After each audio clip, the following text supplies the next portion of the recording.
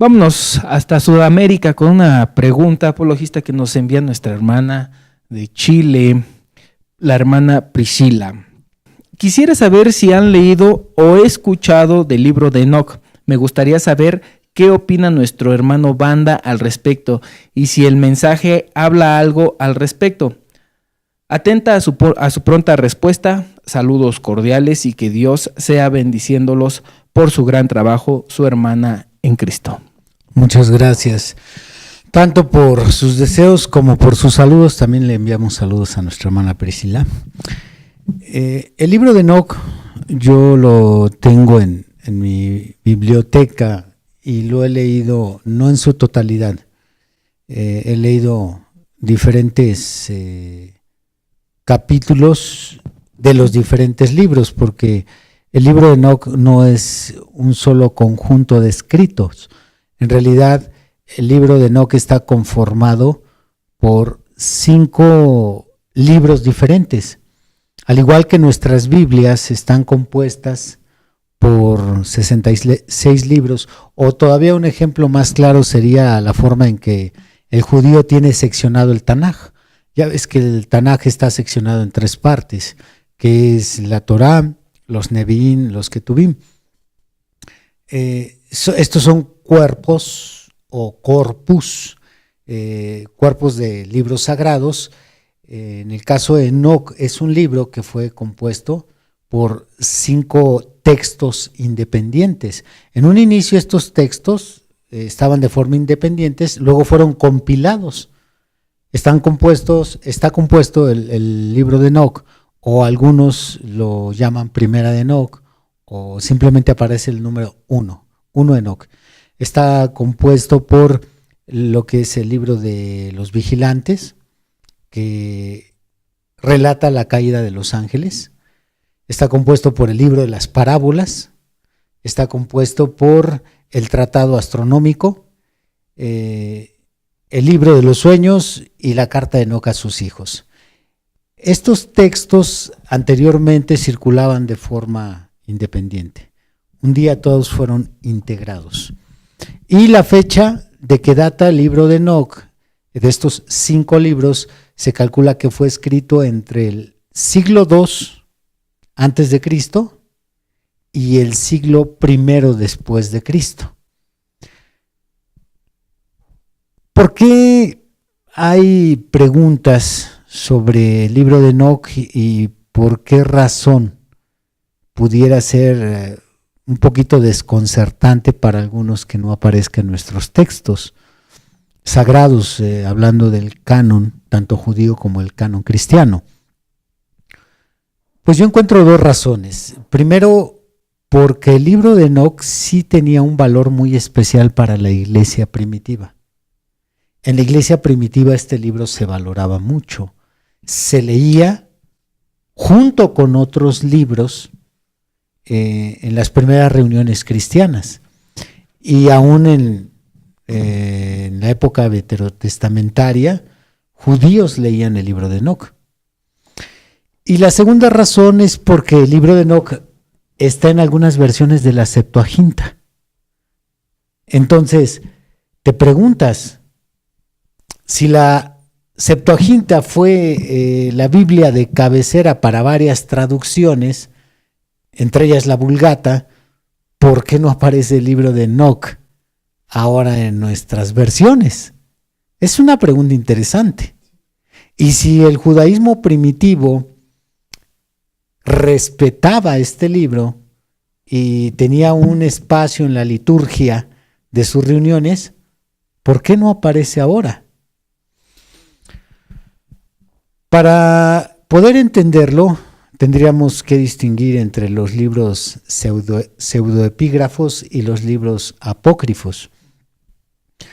El libro de Enoc ciertamente está en algunas traducciones, algunas versiones de la Septuaginta. Por ejemplo, en el Códice Vaticano está el libro de Enoc. En los papiros Chester Beatty está el libro de Enoc. Pero no podemos interpretar que la versión Septuaginta es un canon. No es un canon. Y ahí es donde creo que se da la confusión. Canon, cuando analizamos la palabra canon, que traducido viene a ser norma o regla, no connota precisamente el significado de la palabra, sino más bien la connotación de canon es aquellos libros que son considerados sagrados porque fueron inspirados divinamente. Es lo que podemos determinar como la connotación de canon. Entonces, ya hemos hablado en otros programas cómo es que se realizaron concilios para seleccionar estos libros. El concilio de Jamnia se selecciona los libros del Antiguo Testamento, lo que hoy conocemos como los 39 libros del Antiguo Testamento, y en el concilio de Cartago y de Hipona, en el año 393 y en el año 397, se seleccionan los libros del Nuevo Testamento. ¿Por qué no está incluido ahí? Bueno, porque la Septuaginta no es un canon. Es de hecho parte del bagaje cultural que quería Ptolomeo tener en Alejandría, ¿no? Él es el que convoca a esta traducción. Correcto. Él contacta a un sacerdote de Jerusalén llamado Zacarías, le pide que le envíe escritores, traductores, para que del hebreo al griego se escriba la Septuaginta. Ahora, es muy interesante, este es uno de mis platillos favoritos cuando me pongo a estudiar la historia bíblica. Es muy interesante saber que cuando se escribe la Septuaginta, como ya mencionaste, es con un enfoque cultural. Pero no solo eso, hay que entender que habían judíos dispersos en Egipto. Entonces, estos judíos lo que querían tener es la mayor cantidad de literatura judía en su lengua, porque el hebreo ya había sido desplazado entre los judíos dispersos. Cuando ellos entran a Babilonia y están 70 años, hay 2 generaciones ahí, porque estamos hablando de que cada generación es de 80 años. Entonces, judíos que nacen en Babilonia, nacen algunos de ellos ya hablando el arameo y no tanto el hebreo, porque los judíos que hablaban hebreo tuvieron que adaptarse a Babilonia y aprender el arameo. Entonces, cuando salen estos judíos en la liberación, cuando ellos son regresados, algunos de ellos por Esdras, por Nehemías, a su tierra, no regresan todos. Hay muchos dispersos. Muchos se quedaron en Babilonia y otros tantos se fueron a Egipto y otros formaron diferentes colonias judías en diferentes partes de los imperios en aquel tiempo. Y una colonia muy, muy fuerte que se estableció en aquella época fue en Alejandría. Creo que también Elefantina tenía una. Entonces, la comunidad judía de Alejandría, para ese tiempo de Ptolomeo II, entendemos que ya se había levantado y estaba en declive el imperio griego, porque cuando cae su líder no cae de inmediato todo el imperio, sino hay un traslape. Entonces, el imperio griego le da al mundo un nuevo lenguaje, y este lenguaje griego es el que se hablaba en Egipto, en Alejandría. Por lo tanto, a Ptolomeo Filadelfo II lo que le interesaba es tener la mayor cantidad de liturgia en el idioma griego, y es cuando manda a hacer esa traducción. Así es que ahí va todo lo que se conocía de literatura, que era considerada inspirada o no era considerada inspirada. Ese no era el punto. Exactamente. El punto era tener la mayor cantidad de libros integrados, ya que ellos no hacían esa distinción. Por lo tanto, es incluido el libro de Enoc en la Septuaginta. Esa versión griega era considerado, en este caso, lo que hoy llamamos una Biblia. No existía ese término. Biblia viene de biblos, la palabra griega biblios, que significa conjunto de libros, pero los hebreos tenían también su literatura, pero ellos no tenían el libro de Enoc integrado en el Tanaj, ni en los Nebim, ni en los Ketubim.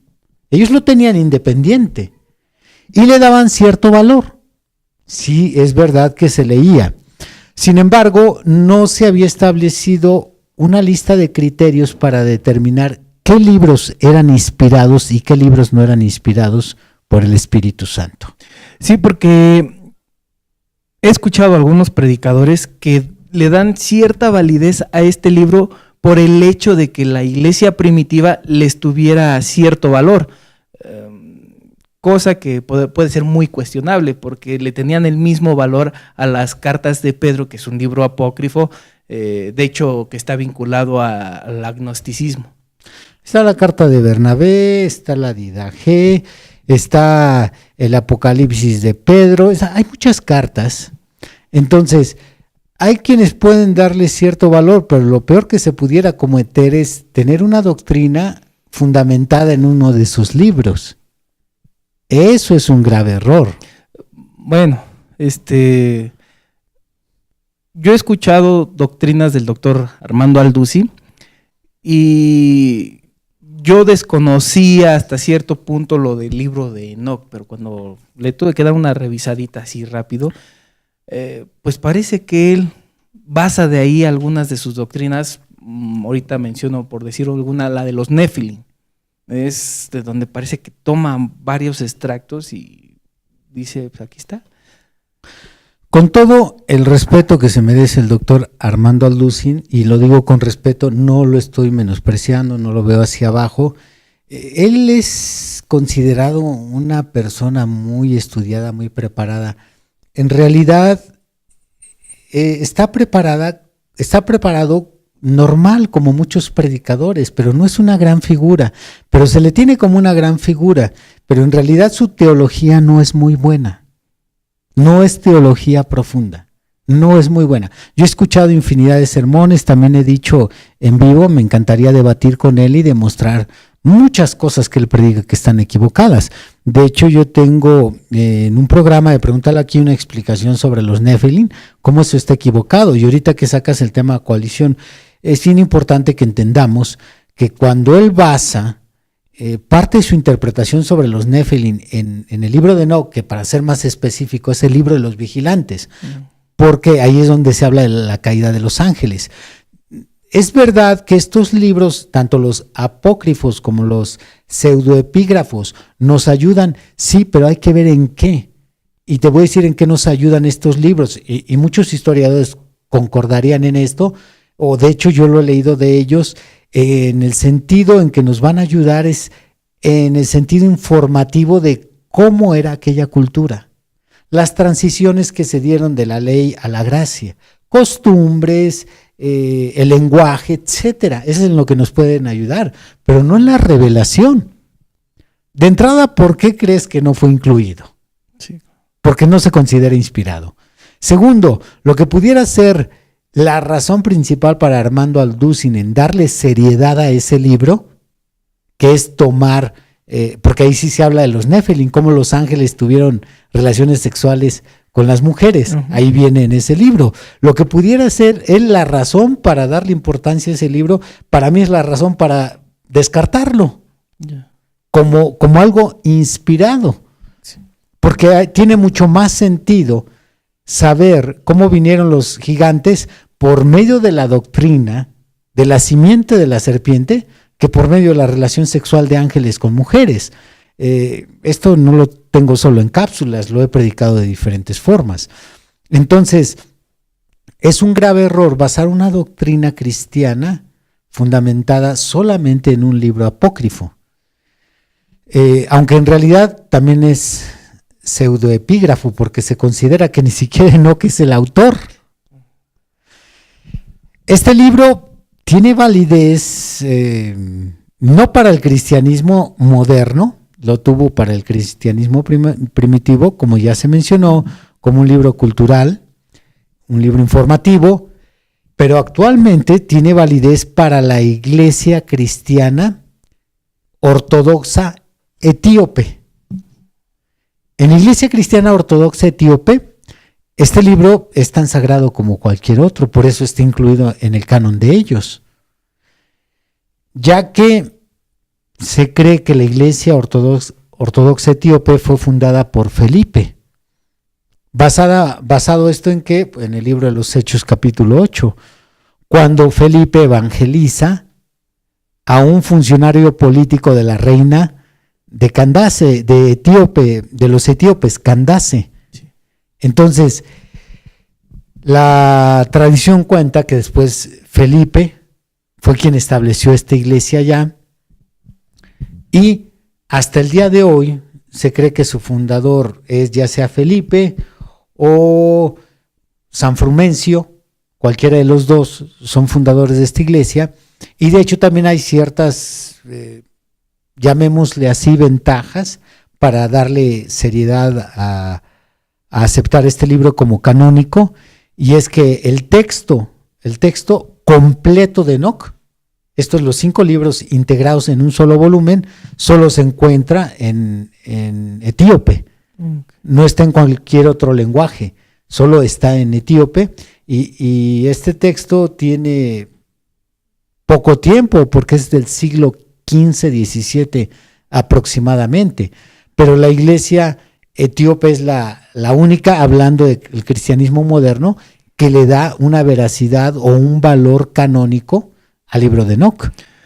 Apologista, y le repito, nada más le di una revisadita rápida, así muy, muy superficial, pero por ahí me encontré algunos comentarios que mencionan que trae algunas profecías que se han cumplido. ¿Es esto cierto? Hasta donde yo sé,